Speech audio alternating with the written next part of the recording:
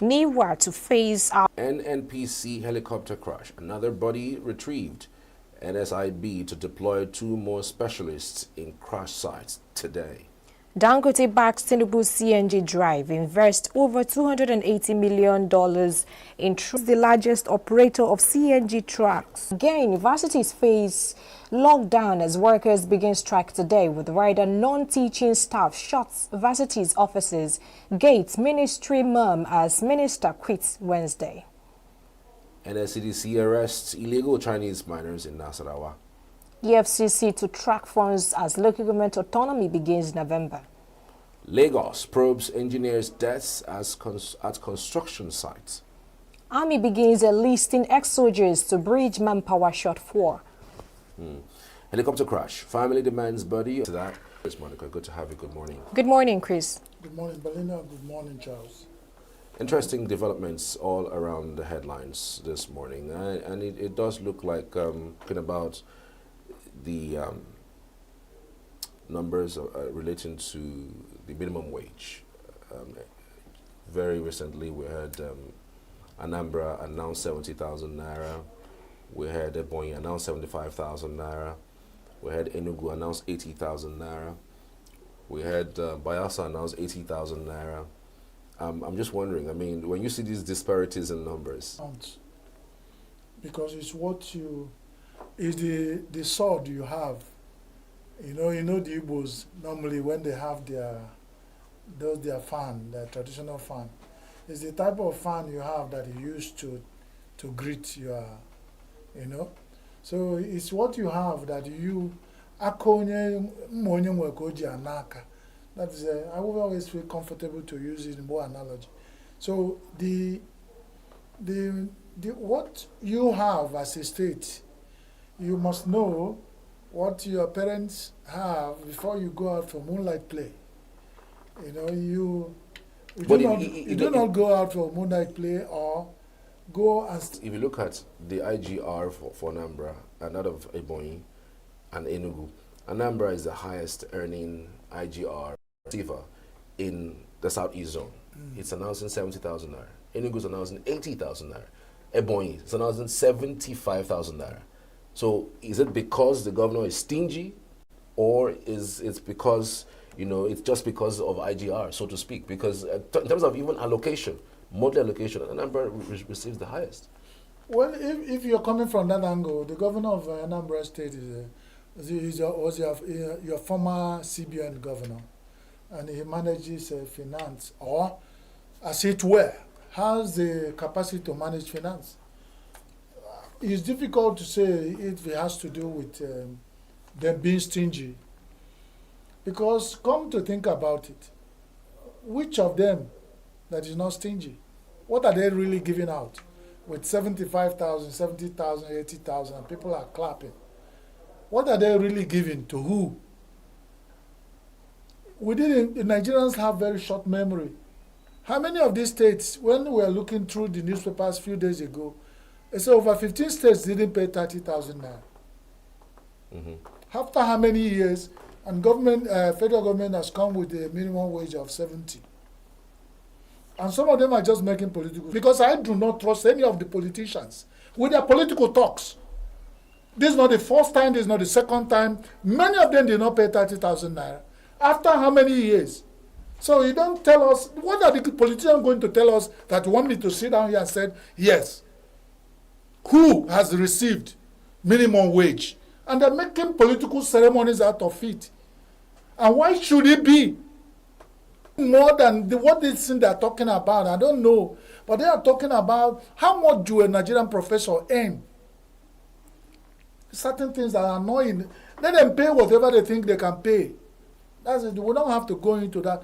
If they have enough, they can. Some of them are fighting that even they have done so much to make people come out from sit at home to go to the markets. So that their reason is that there is dwindling IGR for them in the Southeast. And a lot of people are against that. Is that the only thing that you're concerned about?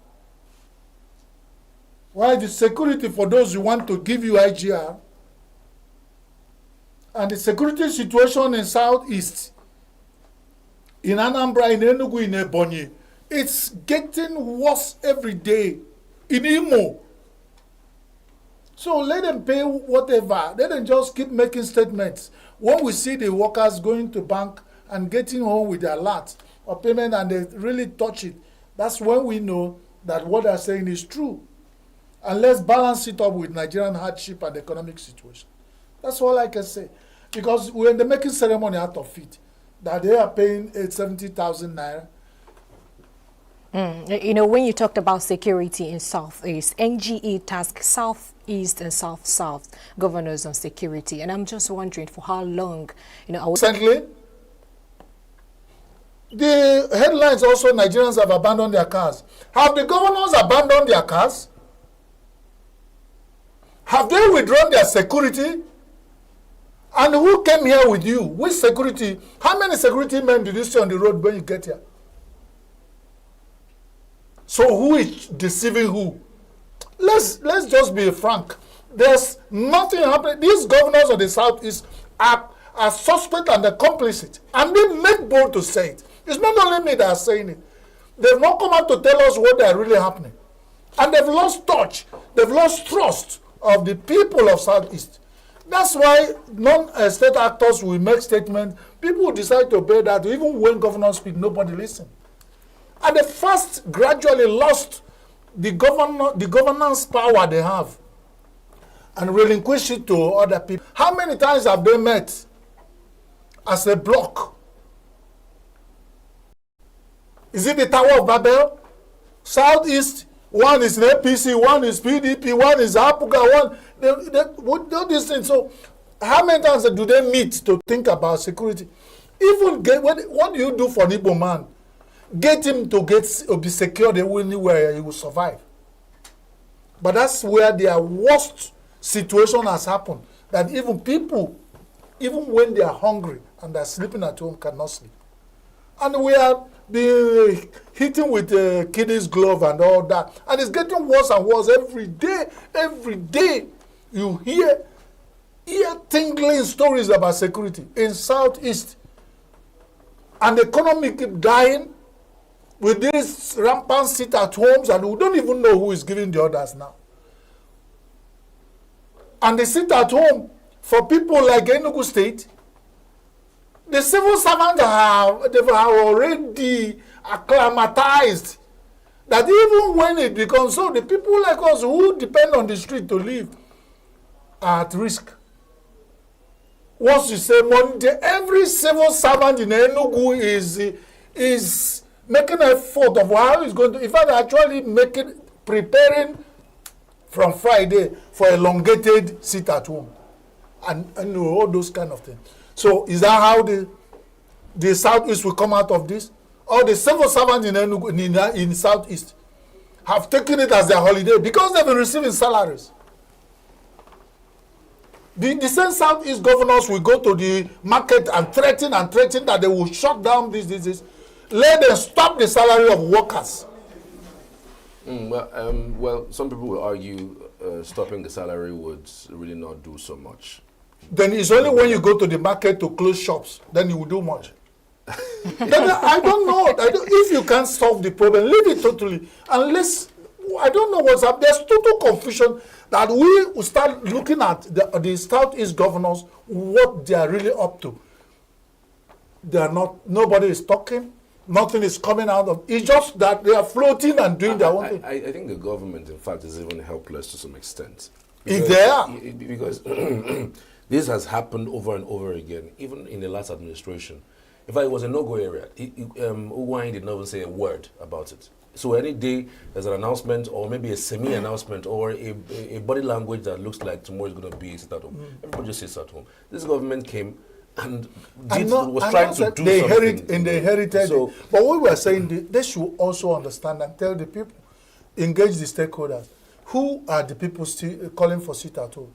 There is suspect. I watched a viral video yesterday that one woman that called herself Adibo was speaking with so emotionally and start saying that there is suspicion that some people have just brought the trouble down here for a purpose that is not really to, well, how true that one is left for the governors and the people who are in charge of the security situation in the southeast to tell us, because everybody is on his own, Right. and it's marks of it's marks of even much more insecurity for everybody. Yeah, there's even a trending issue right now. The death of Iboja, who was accidentally killed by the police.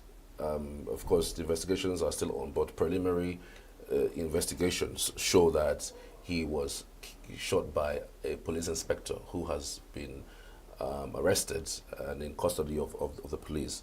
And the non-state actor had announced that in order to mourn him, there's going to be sit-at-home in ENUGU tomorrow. So I'm just wondering what you think about this development. The government have visited the family, have also promised compensation, and also has also said that it will follow up with the investigation of what happened. If you watch the events coming up to the fact when he was killed, he was at the police station that very day, entertaining the executives of that particular anti-cult group. And only for that same day, he was shot by an inspector. There's still some dark cloud around that dark particular cloud, Charles, issues. to use your word. It's the issue everywhere. Because that's exactly what I was telling you, that some people are now beginning to feel that the dog is now eating the bone hung on his neck. For whichever way you see it. Because somebody is saying, I don't know, this is so complex. But certain things that will happen is at the point